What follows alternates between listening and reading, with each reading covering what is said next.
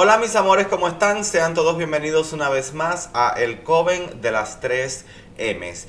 Es 2021, año nuevo, vida nueva. Les deseo de verdad que en este año todos sus sueños se cumplan, que tengan mucha salud, suerte, prosperidad, que de lo demás, ya con la salud que la tengamos, nos encargamos nosotros mismos. Y bueno, estoy de verdad muy contenta de recibir este nuevo año, nuevo contenido, y hoy vamos a tocar un caso un poco confuso, porque cuando ustedes utilizan este nombre les va a dar más de un resultado de búsqueda, y es que vamos a estar hablando de un médico británico que asesinó tantas personas al punto que no hay una constancia, no hay evidencia real de cuál fue finalmente ese número, lo que lo llevó a ganarse el sobrenombre, el apodo de el Doctor Muerte. Pero por eso digo que es importante que sepamos diferenciar los casos, porque hay otro médico que también le pusieron este nombre del Doctor Muerte, con la diferencia que este último que acabo de mencionar se le llama así por el hecho de que él apoya la eutanasia, y se sabe de que a un número sin fin de pacientes que él tuvo les ayudó a morir. Entonces, en el caso que vamos a tocar hoy es totalmente lo opuesto, porque este sí fue que mató, que asesinó a sus pacientes sin ellos ni siquiera querer morirse, ni siquiera tener al menos una enfermedad terminal. Gente sana que estaba bien, y este hombre las ultimó bajo su bata blanca. Así que no se vayan, y ya comenzamos así este nuevo Coven, el primero de 2021. Recuerden suscribirse, activar la campana de notificaciones, comenten que siempre les contesto, comparte, regálame un like, y ahora sí, comenzamos con el caso de hoy.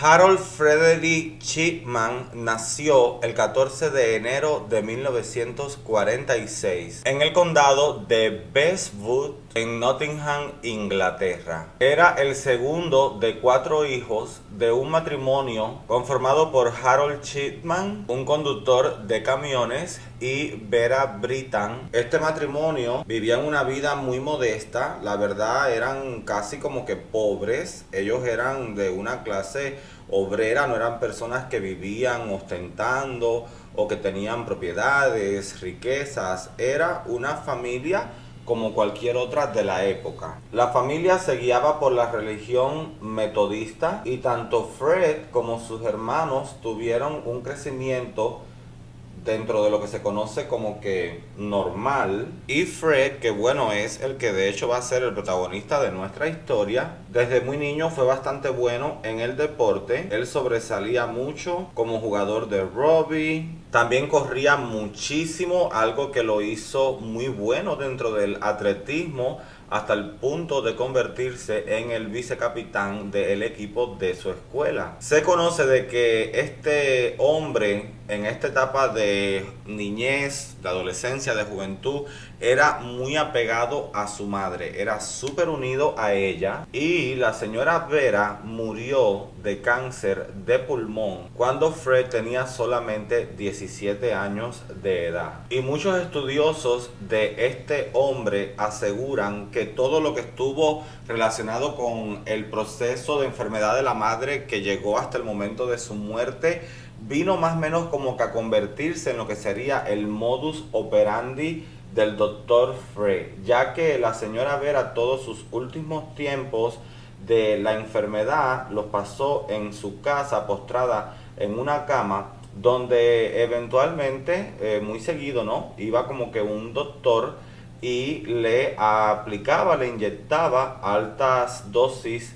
de morfina. Y parece que todo esto es como que traumó a Fred al punto que, como ya les decía, casi que en la manera en la que su madre pasó la enfermedad y como murió fue el modus operandi de él mientras estuvo activo como un asesino en serie. En el año de 1966, Fred se casa con la que sería su esposa por toda su vida, y con esta mujer ellos tienen un total de 4 hijos. 4 años más tarde, en 1970, después de estar por un periodo de años estudiando la carrera de medicina, Frederick se gradúa en la escuela de Leeds y comienza a trabajar en la parte oeste de Yorkshire en Pontefract General Infirmary, hasta que en el año de 1974 se traslada al centro médico Abraham Ormerod en Todmorden, en la misma zona de lo que es el oeste de Yorkshire, ejerciéndose ahí como médico general integral. Pero un año más tarde, en el 75, ya este chico comienza a dar problemas. Y es que esta piececita fue capturado falsificando prescripciones de petidina, que es un opioide para su propio uso. Al ser descubierto, pues entonces a el doctor lo multan por una cifra de 600 libras, pero el castigo no termina aquí, ya que también lo obligan a asistir a una clínica de rehabilitación para personas adictas a las drogas. Al parecer, supuestamente se recupera, y en el año de 1977 entonces lo trasladan como médico de cabecera a un centro de atención primaria en Donnybrook, ubicado en Hyde, que es muy cerca de Manchester. Recuerden que esto fue en el año de 1977. Y así pues bueno, llegan los años 80, donde él continúa trabajando en esta área de Hyde como médico sin parar, ahí todo bien supuestamente, o así se creía, hasta que en el año de 1993 él da un gran paso en su carrera profesional, ya que se abre su propia práctica, estrena clínica propia, y esto lo hace en Market Street. Y bueno, como ya les digo, a pesar de que ya él venía consiguiendo poco a poco ese respeto, ese cariño, esa fama en la comunidad, pues al abrir su propia clínica ya es cuando él se catapulta al éxito, y aquí es precisamente donde comienzan los problemas.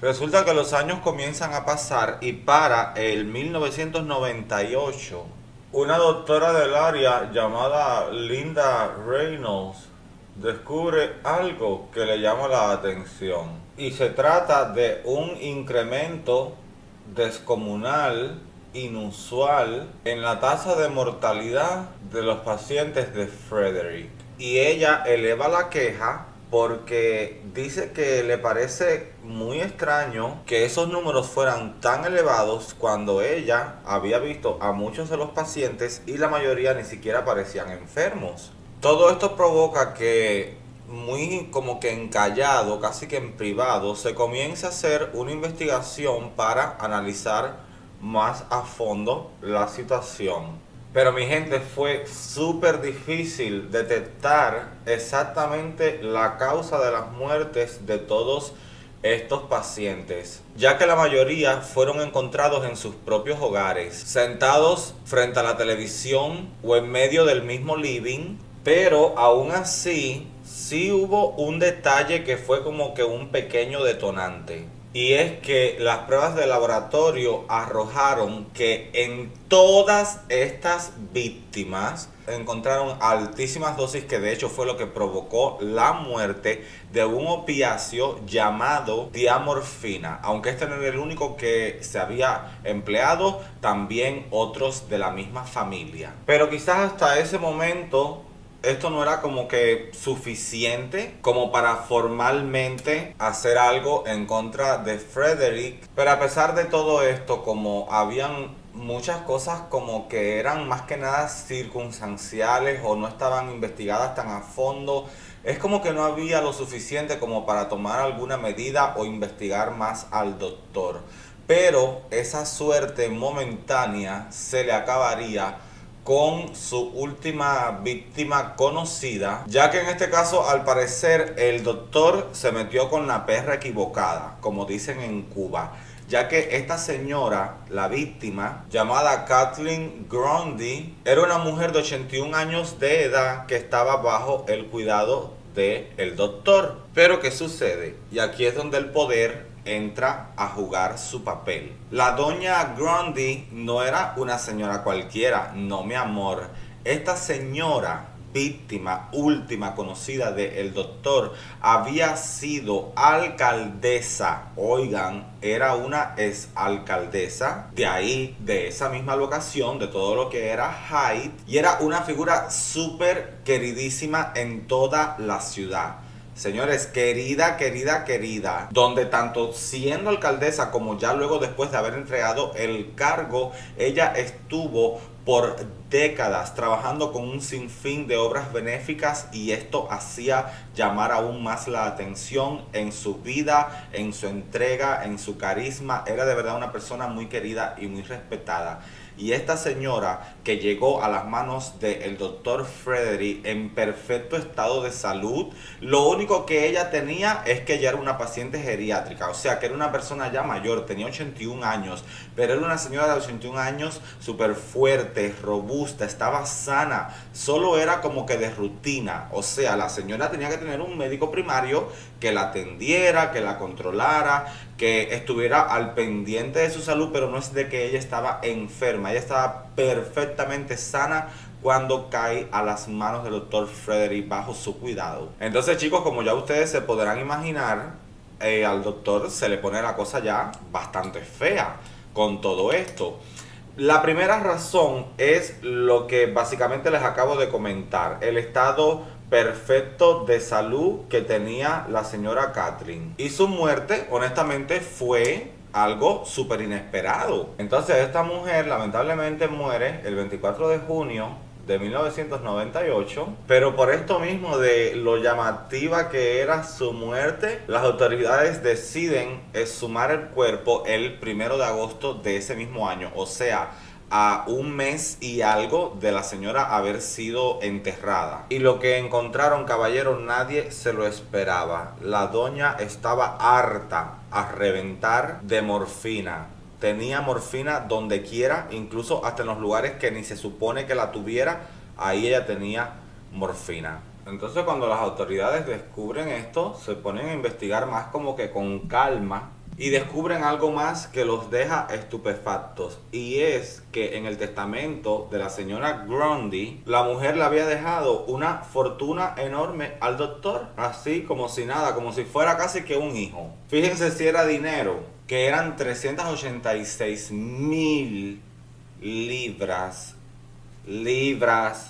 La libra, estamos hablando de 98, 386,000. Caballero, eso hoy en día probablemente fuera, qué sé yo, $1,000,000 a lo mejor, porque el valor cambia y la libra es casi que el dinero que más valor tiene en el mundo, vale más que el euro, vale más que el dólar. Así que imagínense la cantidad de dinero que esta señora le dejó en el testamento a este hijo de puta. Y bueno, pues entonces todos estos descubrimientos, ¿qué es lo que provocan?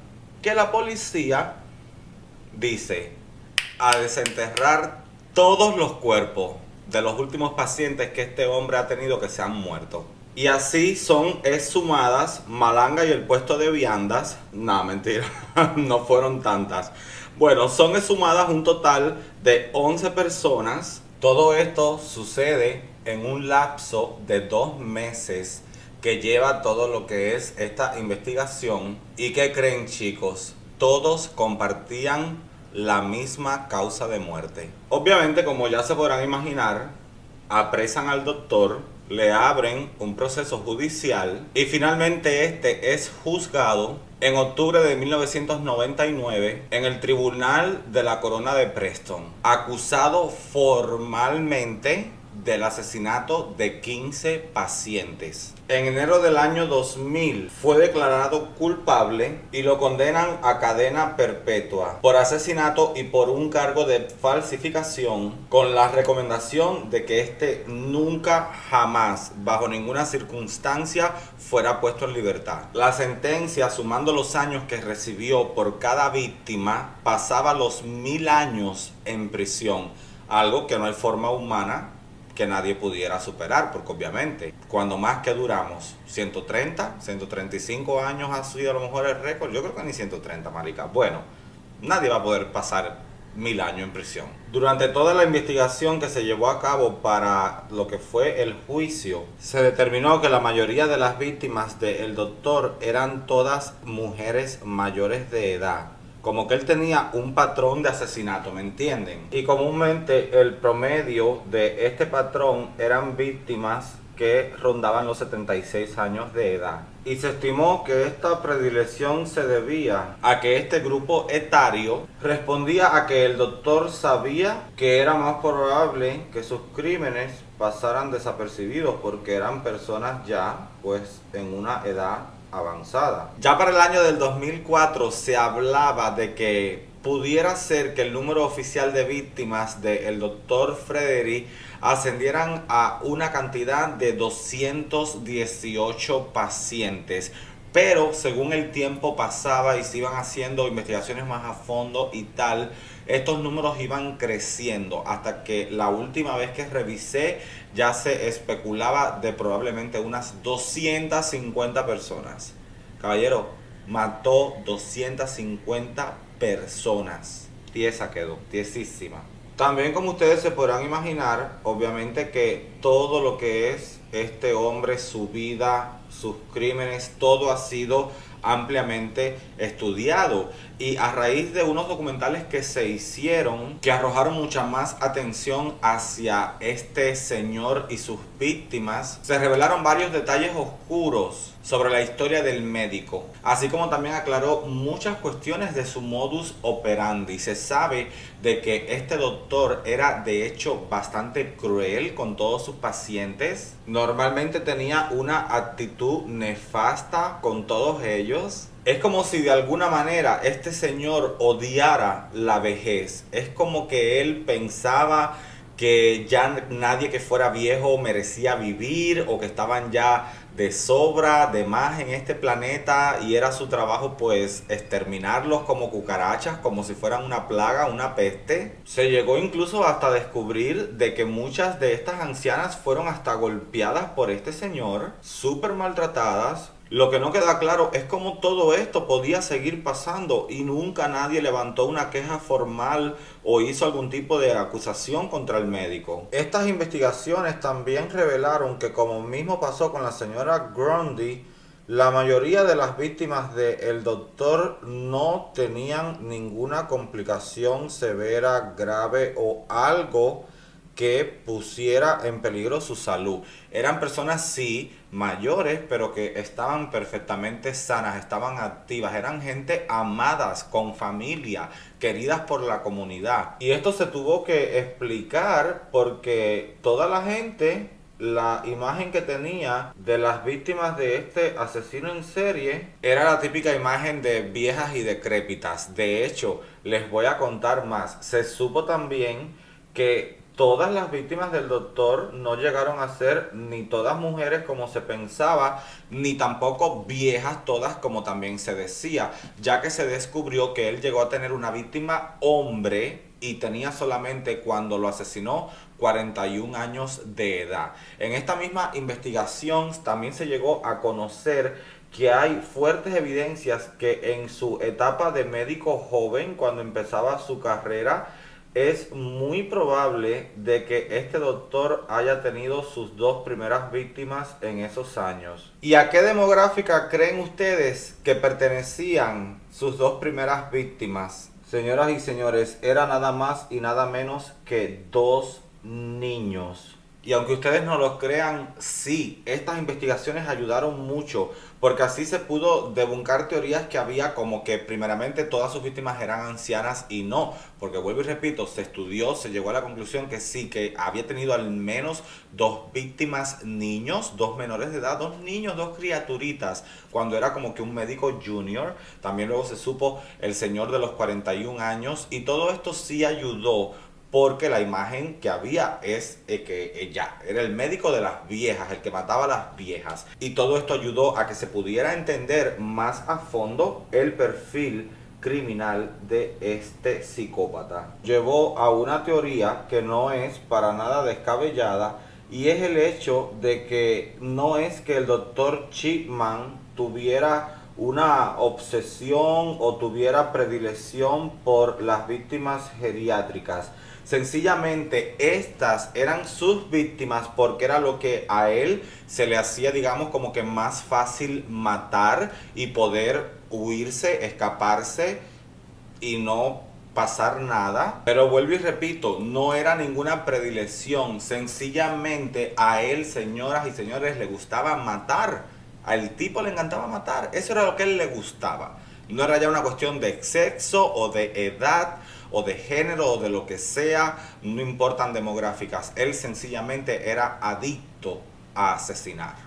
Después de la condena, se sabe que Chipman envió varias cartas a amigos y seres queridos cercanos, las cuales de hecho, gente interesada en entender, comprender la mente de este psicópata, pagaron altas sumas de dinero por estas cartas, ya que tiempo después la mayoría fueron subastadas. En estos escritos lo que el doctor más decía es que nunca nadie lo había visto hacer nada, que nunca nadie lo había visto asesinar, que nunca nadie lo había visto robarle morfina a pacientes terminales, o sea que nadie lo había visto haciendo nada, ni lo bueno, ni lo malo, ni lo regular.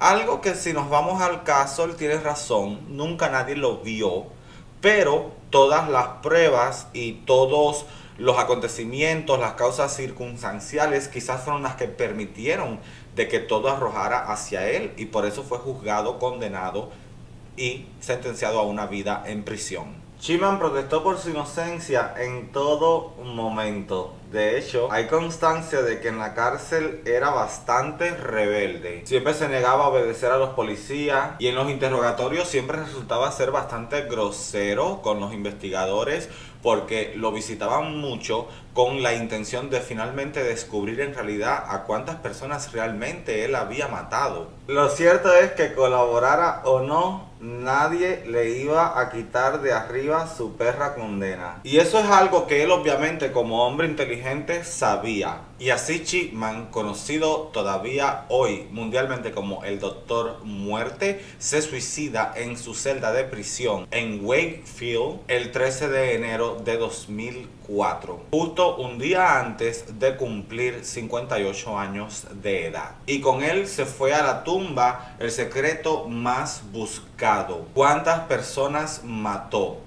Y sobre todo, ¿por qué? Y bueno, mis amores, hasta aquí llega el Coven de hoy. Es lamentable que por loco que suene este caso sea una gran realidad. Obviamente el caso en sí, pero también a quien tiene como protagonista y es a un médico. Déjenme decirles que en la historia se han reportado muchísimos casos de médicos que sí han asesinado pacientes. Y no solamente médicos han sido a veces asesinos como tal. También se conocen muchísimos casos de enfermeras, de otros proveedores de atención médica cuando estás en un hospital. Por eso lo que yo más les recomiendo es que siempre presten atención muy cercana a las personas que se encargan de ustedes cuando están en una situación de hospital, ya que uno nunca sabe las cosas horribles que ahí te pueden hacer. Es increíble cómo uno espera que un médico lo sane, lo cure, le proponga un tratamiento, le dé un diagnóstico para una enfermedad y que las personas se entreguen ciegamente confiadas en una enfermera, en un doctor y que estos terminen matándoles. De verdad que es increíble que este tipo de cosas suceda, pero sí pasa. Por eso yo primero estudio medicina, me encanta leer libros de medicina, buscar mucha información, conocer los valores, cuándo unos rangos están normales o no, qué provocan las enfermedades, si puede ser esa la enfermedad o puede ser cualquier otra. Aprendan de su propio cuerpo, estudien un poco más de la medicina, de las cosas un poco ya más de lo que es de diagnósticos y tal, porque todo eso les va a ayudar a ustedes poder tener una antenita ahí lista para que dé la señal de peligro si algún día se encuentran en una situación donde no estén confiando mucho de ese personal que te está cuidando para que tú te recuperes si caes en enfermedad. Gracias a todos por pasar. Les recuerdo por favor suscribirse, activen la campana de notificaciones y nos vemos muy pronto en un nuevo caso acá en el Coven de las 3 M's. Adiós.